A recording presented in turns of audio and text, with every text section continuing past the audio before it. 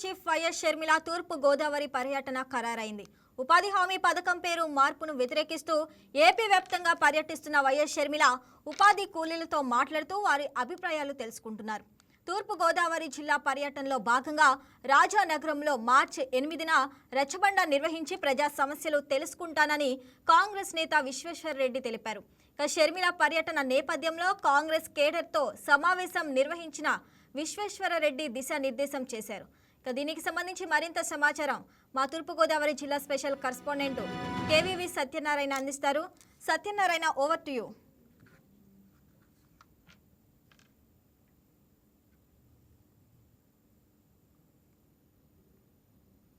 Hello Satyanarayana, చెప్పండి.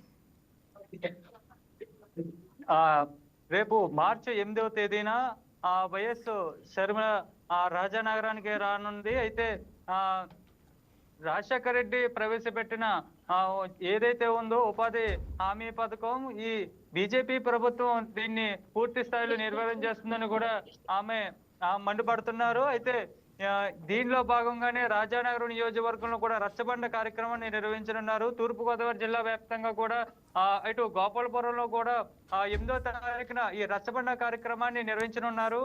అయితే గత వైఎస్ రాజశేఖర రెడ్డి పాలనలో తీసుకొచ్చిన ఈ ఉపాధి హామీ పథకాన్ని పూర్తి స్థాయిలో బీజేపీ నిర్వహణ చేస్తుందని షర్మిలా రెడ్డి అయితే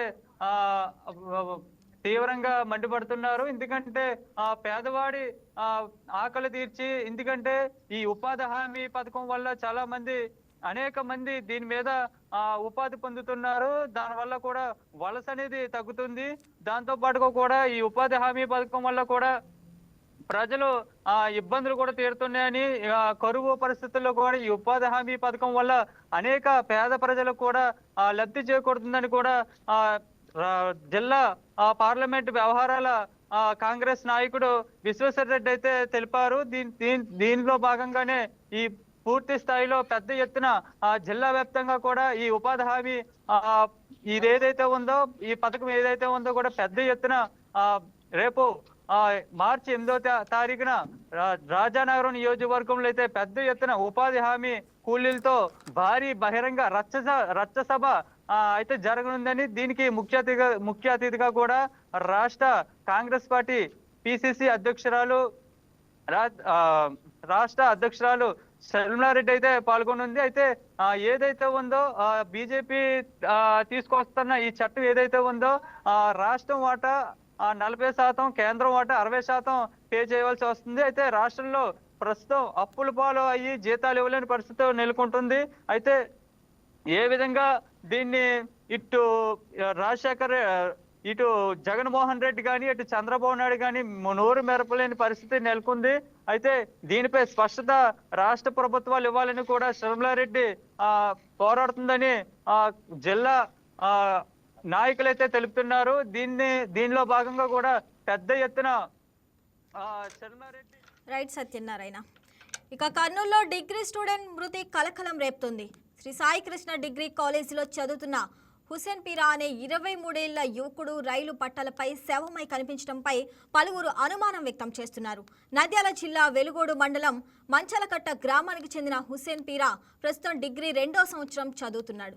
ఇదే కాలేజీలో చదివే ఒక యువతతో హుసేన్ పీరాకు ఉన్న ప్రేమ వ్యవహారమే ఈ మృతికి కారణమనే ఆరోపణలు ఉన్నాయి.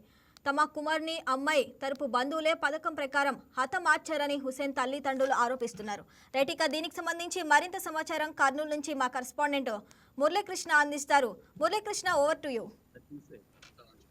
రైట్ శ్రావణి, కర్నూలు జిల్లాలో డిగ్రీ విద్యార్థి మృతి తీవ్ర కలకలం రేపుతుంది. ఏదైతే నిన్నటి రోజున కనపడకుండా పోయినటువంటి విద్యార్థి ఇవాళ నిన్న సాయంత్రం రోజున రైలు పట్టాలపై మృతదేహమై కనిపించాడు. శవమై కనిపించడంతో పోలీసులు పత్రికా ప్రకటన ఇవ్వడంతో తల్లిదండ్రులు ఆ పత్రిక ప్రకటనను చూసి తమ కుమారుడు శవమై కనిపించడం పట్ల అనుమానం వ్యక్తం చేస్తూ ఆందోళన వ్యక్తం చేస్తా ఉన్నారు. దీనికి సంబంధించి ఏదైతే కర్నూలు పట్టణంలో స్థానిక శ్రీ సాయి కృష్ణ డిగ్రీ కళాశాలలో ఈ హుసేన్ పీరా అనే యువకుడు డిగ్రీ చదువుతా ఉన్నాడు. అయితే కాలేజీలో చదివే సమయంలో తన క్లాస్మేట్ అయినటువంటి ఒక యువతితో ప్రేమ వ్యవహారం ఈ దీనికి కారణం అని చెప్పి కూడా తల్లిదండ్రులు ఆరోపిస్తున్నారు. ఏదైతే గత వారంలో హుసేన్ పీరా తండ్రిని కాలేజీ యాజమాన్యం కాలేజీకి పిలిపించిన సమయంలో ఏదైతే సదరు యువతి ఏదైతే హుసేన్ పీరాకు ఉన్నటువంటి సంబంధం ఉన్నటువంటి యువతి బంధువులు కళాశాలలో తమ యువకుడిని తన ముందే చితకబాదారని చెప్పి కూడా తండ్రి ఆరోపిస్తున్నారు. ఈ నేపథ్యంలోనే కాలేజీ యాజమాన్యంతో సంప్రదించి తమ కుమారుడికి టీసీ తీసుకొని మరి ఇంటికి వెళ్ళాము. అయితే ఇంట్లో ఉన్నటువంటి తమ కుమారుడు కళాశాలకు వెళ్ళొస్తానని చెప్పి కనిపించకుండా పోవడంతో చుట్టుపక్కల వెతికినా కూడా ఎక్కడ ఆచూకీ లభించలేదు. దీనికి సంబంధించి ఏదైతే మొదటగా ఆ కళాశాలలో జరిగినటువంటి ఇష్యూ ఆధారంగా ఆ యువతి బంధువులను ఈ యువకుడు మృతి చెందినటువంటి యువకుడి తల్లిదండ్రులు ఎవరైతే ఉన్నారో ఆ యువతి బంధువులను అడగగా ఈ మృతి చెందినటువంటి హుసేన్ పీరా గురించి తమకేమీ తెలియదు, ఒకవేళ తెలిస్తే ఏదైనా సమాచారం అందిస్తామని చెప్పిన మరుసటి రోజే ఈ రకంగా రైలు పట్టాలపై శవమై కనిపించడంతో తల్లిదండ్రులంతా కన్నీరు మున్నీరుగా విలపిస్తున్నారు. దీనికి సంబంధించి పోలీసులు కేసు నమోదు చేసుకొని తగిన న్యాయం చేయాలంటూ కూడా బంధువులు ఆందోళన వ్యక్తం చేశారు. ఏదైతే రైలు పట్టాలపై శవమై కనిపించినటువంటి హుసేన్ పీరాను. Right Muralikrishna, thanks for the updates. ఇక నెల్లూరులో ఏసీ బస్సు షెల్టర్లు నిరుపయోగంగా మారాయి. 2014-19 మధ్య గాంధీ బొమ్మ, వైఎంసీఏ మైదానం, ఎన్జీఓ హోం, రాజరాజేశ్వరి ఆలయం, నిప్పో సెంటరు, అయ్యప్ప గుడి కూడల్లో షెల్టర్లు ఏర్పాటు చేశారు. ఒక్కో షెల్టర్ కోసం 8.50 లక్షలు ఖర్చు చేసి అభివృద్ధి చేశారు. 24 గంటల పాటు ఏసీ సౌకర్యంతో పాటు కూర్చునేందుకు వీలుగా ఫర్నిచర్ కూడా ఏర్పాటు చేశారు. అయితే ప్రస్తుతం అవి నిరుపయోగంగా మారాయి. రాత్రి వేళలో అసాంఘిక చట్టవిరుద్ధ కార్యక్రమాలకు అడ్డగా మారాయి. నిర్వహణను పట్టించుకునే వారు లేకపోవడంతో దుమ్ము ధూళి వ్యర్థాలతో అధ్వానంగా మారాయి. రైట్, ఇక దీనిపై మరింత సమాచారం మా నెల్లూరు జిల్లా స్పెషల్ కరెస్పాండెంట్ నాగతేజ అందిస్తారు. Nagateja, over to you. ఏదైతే కూడా గత టీడీపీ ప్రభుత్వం కూడా నెల్లూరు నగరాన్ని స్మార్ట్ సిటీ తరహా రూపొందించేందుకు అప్పటి మంత్రి నారాయణ కూడా అక్కడ ఉండి ప్రజలకు మొత్తం 6 పాయింట్లు కూడా 6 కోట్ల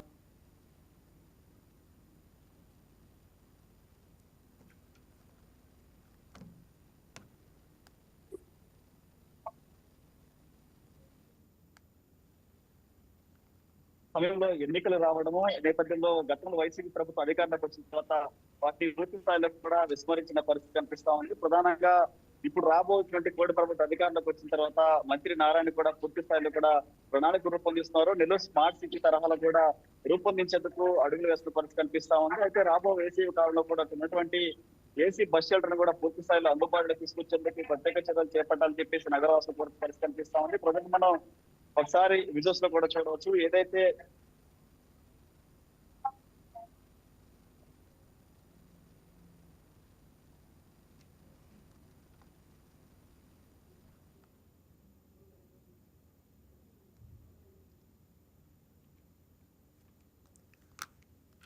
ఇక రైతుల యూరియా కష్టాలు ఇంకా తీరలేదు. చిన్న సన్నకారు రైతులకు యూరియా అందటం లేదని రైతు సంఘం నేతలు చెప్తున్నారు.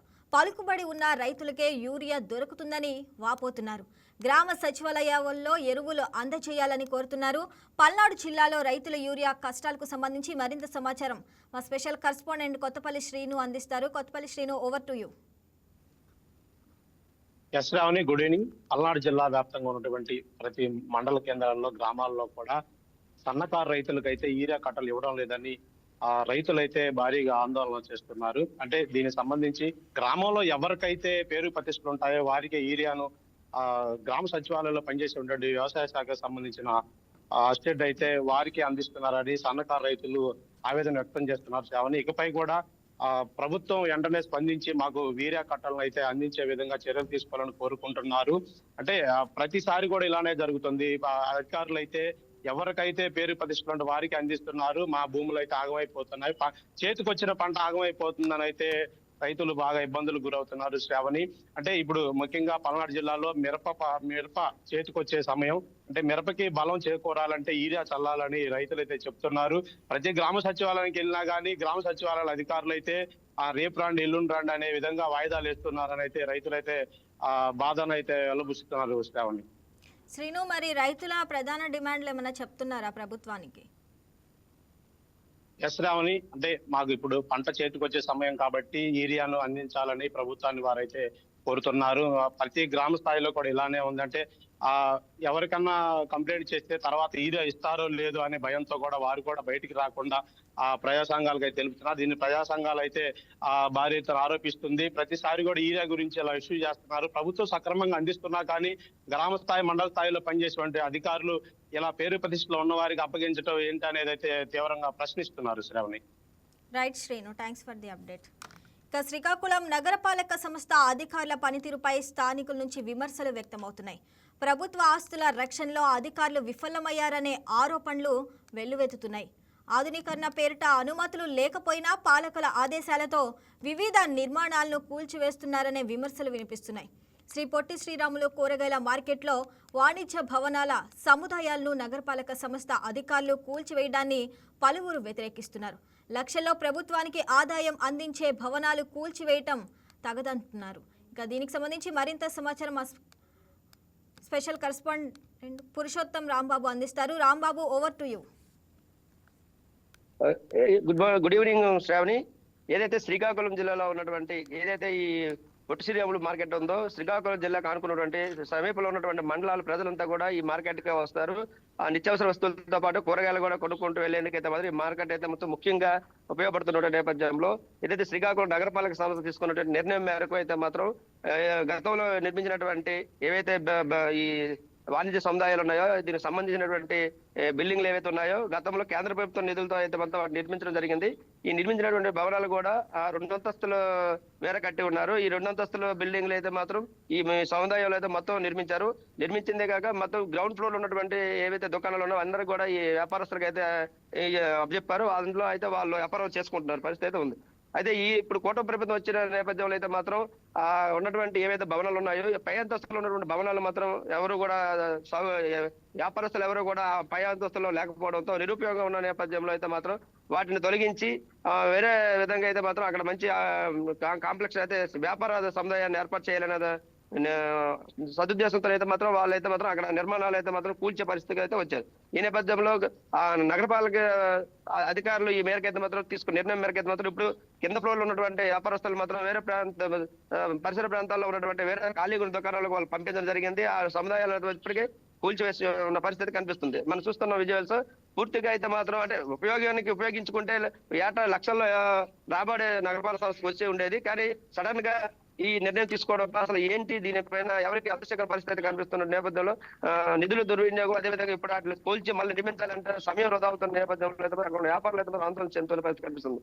ఈ నేపథ్యంలో ఏదైతే జిల్లా అధికారులు ఇచ్చినటువంటి నివేదిక మేరకు ప్రజాప్రతినిధులు చేసినటువంటి ఆదేశాల మేరకు అయితే మాత్రం ఈ సముదాయాన్ని అయితే మేము రీమోడలింగ్ చేస్తాం, మంచి అంగులతో అయితే మాత్రం వ్యాపారస్తులకు అయితే ఈ దుకాణాలు నిర్మించి ఇచ్చే ప్రయత్నంలో అయితే మేము ఉన్నామనేది ఒక పక్క ఏదైతే నగరపాలక అధికారులు చెప్తున్నారో, మరోవైపు ఏదైతే వ్యాపారస్తులు కూడా దీనిపైన ఇప్పుడు ఉన్నటువంటి వ్యాపారస్తులు వ్యాపారం లేక అంటే ఈ నిర్మాణం ప్రాంగంలో అంతా కూడా వాళ్ళు వేరే దగ్గరికి వెళ్ళడం, కొత్తగా ఒక దగ్గర వ్యాపారం స్టార్ట్ చేయడంతో వాళ్ళకి వ్యాపారం కూడా కష్టతరం అవుతున్న నేపథ్యంలో అయితే మాత్రం వాళ్ళైతే మాత్రం ఇబ్బంది పడుతున్న పరిస్థితి కనిపిస్తుంది.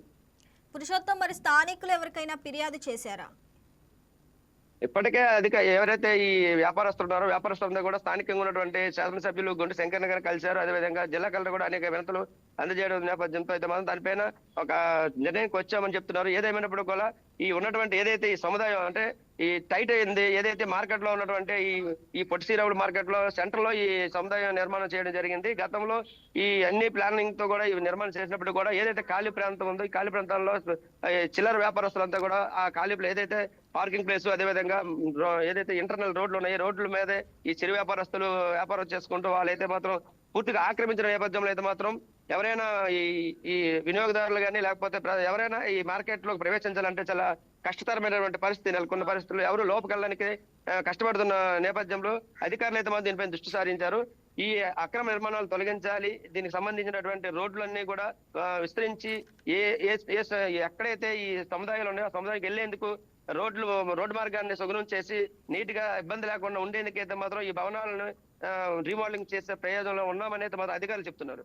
ఈ మధ్యలో ఎవరైతే వ్యాపారస్తులు right Purushottam, thanks for the updates. ఇక యూట్యూబర్ అన్వేషణ్ తన నా అన్వేషణ ఇన్స్టాగ్రామ్ అకౌంట్ బ్యాన్ అవటంపై తీవ్ర స్థాయిలో స్పందించారు. ఇన్స్టా అకౌంట్ పోయినా తనకు ఎలాంటి నష్టం లేదని, రూపాయి ఆదాయం రాని ప్లాట్ఫారం గురించి తాను బాధపడనని స్పష్టం చేశారు. యూట్యూబ్ నుంచే తనకు నెలకు 8 లక్షలు వస్తాయని చెప్పారు. 2026లో మాత్రం బత్తాయిల్ని వదలనని, నిద్ర పట్టనివ్వనని, క్షమించేది లేదంటూ అన్వేష్ ఓ వీడియో రిలీజ్ చేశారు. రైట్, ఇక దీనికి సంబంధించి మరింత సమాచారం మా కరెస్పాండెంట్ బిందు అందిస్తారు. బిందు, ఓవర్ టు యూ. శ్రావణి, ప్రపంచ యాత్రికుడు నా అన్వేషణ ఇష్యూ ప్రపంచంగా అంటే సంచలనం సృష్టిస్తుంది. ఇటీవల నా అన్వేషణ చేసిన పోస్టులు కానీ వీడియోలకు సంబంధించి పోలీసులు కేంద్రానికి లేఖ రాయడం వల్ల ఇన్స్టాగ్రామ్ అకౌంట్ మొత్తానికి ఫ్రీజ్ చేశారు. ఇప్పుడు ప్రస్తుతం ఇన్స్టాగ్రామ్ లో నా అన్వేషణ అనే అకౌంట్ పూర్తిగా తొలగించడం పడింది. అంటే మెటా యూజర్స్ ఎవరైతే ఉన్నారో మెటాకు సంబంధించిన సంస్థ నా అన్వేషణ అకౌంట్ ని పూర్తిగా తొలగించిందని చెప్పుకోవచ్చు. శ్రావణి, ముఖ్యంగా ఈ అకౌంట్ తొలగించిన తర్వాత పలు చోట్ల కూడా నా అన్వేషణ మీద ఇటీవల కేసులు నమోదైన హిందూ ధర్మాన్ని మరియు హిందువుల యొక్క మనోభావాలు దెబ్బతింటున్నట్టు దేవతల్ని, దేవతామూర్తుల్ని దుర్భాషలాడడం గాని, తిట్టడం గాని జరుగుతుంది. అదేవిధంగా అప్పుడే ఈ హిందూ ధర్మానికి సంబంధించిన వివిధ పోలీస్ స్టేషన్ లో వివిధ ప్రాంతాల్లో కేసులు నమోదు చేశారు. ఇటీవల సినీ నటి కరాటి కళ్యాణి కూడా ఒక కేసు ఫైల్ చేసింది. దేవుళ్ళని తిట్టడమే మాత్రమే కాకుండా అమ్మాయిలను అసభ్యకరంగా చూపించడం, వారికి సంబంధించిన పోస్టులని కూడా ప్రత్యేకంగా వీడియోలు తీసి ఇన్స్టాగ్రామ్ లో పెట్టడం మరియు యూట్యూబ్ లో అప్లోడ్ చేయడం జరుగుతుంది. బెట్టింగ్ యాప్స్ మీద ప్రమోట్ చేసిన తర్వాత నా అన్వేషణ అందరూ బెట్టింగ్ యాప్స్ ని ప్రమోట్ చేయొద్దు అని చెప్పిన తర్వాత నా అన్వేషణ అందరూ కూడా ఒక దేవుళ్ళ కొలిచారు. అంటే బెట్టింగ్ యాప్స్ ని ఆపేస్తున్నాడు, చాలా మంచి కార్యక్రమాలు చేస్తున్నాడు అని చెప్పేసి మరింత ఫాలోవర్లు తనకి ఇన్స్టాగ్రామ్ చూసుకున్నా, యూట్యూబ్ లో చూసుకున్నా పెరిగారు. దాని తర్వాత తరచుగా బెట్టింగ్ యాప్స్ ని పక్కకు పెట్టి ముఖ్యంగా కొంత కమ్యూనిటీని కానీ కొంతమంది మీదే టార్గెట్ చేసి వీడియోలు చేయడం కానీ, కొంతమంది మీద టార్గెట్ చేసి మాట్లాడడం కూడా చెప్తున్నారు. అదేవిధంగా తర్వాత తను వీడియో రిలీజ్ చేశాడు కొంతసేపటికి పొద్దున్న తర్వాత వీడియో రిలీజ్ చేసిన తర్వాత తనకి ఇన్స్టాగ్రామ్ బ్లాక్ చేసినా ఏమి కాదని, ఇన్స్టాగ్రామ్ బ్లాక్ చేసిన తర్వాత చేసినా పర్లేదని, తనకి యూట్యూబ్ ఉందని, యూట్యూబ్ లో ప్రతి నెల దాదాపు 8 లక్షల దాకా నేను సంపాదిస్తున్నాను, యూట్యూబ్ నాకు ఉందని కూడా చెప్పడం జరిగింది.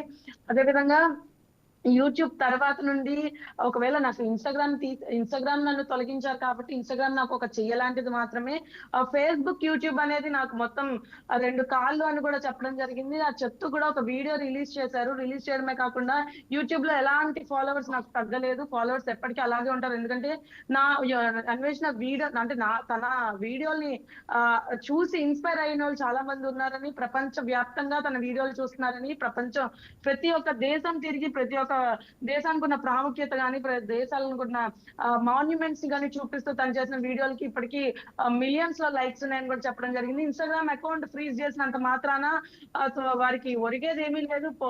ఇన్స్టాగ్రామ్ నుండి తనేమి ప్రమోషన్స్ చేయలేదు, తనకేమి మనీ రావట్లేదు కాబట్టి అది పోయినా పర్వాలేదని కూడా చెప్పడం జరిగింది. కానీ యూట్యూబ్ మాత్రం తనకి రెవెన్యూ జనరేట్ అయ్యే యూట్యూబ్ కి మాత్రం ఎటువంటి ఆపద కలగలేదని కూడా చెప్పడం జరిగింది. ఇదే విధంగా కేసులకు సంబంధించి చూసుకుంటే శ్రావణి, ముఖ్యంగా అన్వేషణ కేసెస్ కి పలు ప్రాంతాల్లో కూడా వివిధ పోలీస్ స్టేషన్ లో కేసులు నమోదైన అన్వేషణ పరంగా అంటే హిందూ ధర్మాన్నే కాకుండా అందరినీ అవమానించినట్టు, ముఖ్యంగా స్త్రీలను అవమానించినట్టు కూడా జరిగింది శ్రావణి. అయితే ఇన్స్టాగ్రామ్ ఓపెన్ చేసిన అన్వేషణ ముఖ్యంగా బ్రేకింగ్ అప్డేట్ ఇచ్చారు. మళ్ళీ యాక్టివ్ అయిందని కూడా మనకి ఇప్పుడే సడన్ గా వచ్చిన బ్రేకింగ్ న్యూస్. మళ్ళీ నా అన్వేషణ ఇన్స్టాగ్రామ్ యాక్టివ్ అయిందని కూడా చెప్తున్నారు శ్రావణి. అయితే దీని వెనకాల ఉన్న అంటే మెటాకి ఏమన్నా కూడా అంటే నా అన్వేషణ కూడా లేఖ రాస్తే మళ్ళీ తన ఇన్స్టాగ్రామ్ అకౌంట్ ని యాక్టివ్ చేశారా, లేకపోతే మళ్ళీ ఏం చర్చలు జరిగినాయి, తను ఏమైనా మెటాకి అంటే వీళ్ళు ప్రభుత్వానికి ఎలా అయితే ప్రభుత్వానికి మెటాకి సంస్థకి లేఖ రాశారో అదేవిధంగా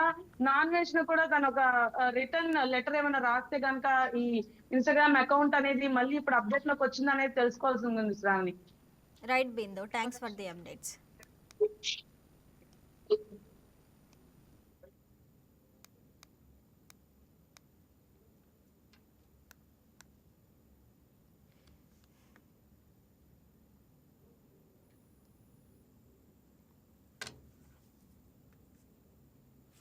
That's all for now. Keep watching YK News. ఇది తెలుగువారి గుండె చప్పుడు. Please subscribe to YK TV network. Please subscribe to YK TV. Please watch YK News. Don't forget to subscribe YK News channel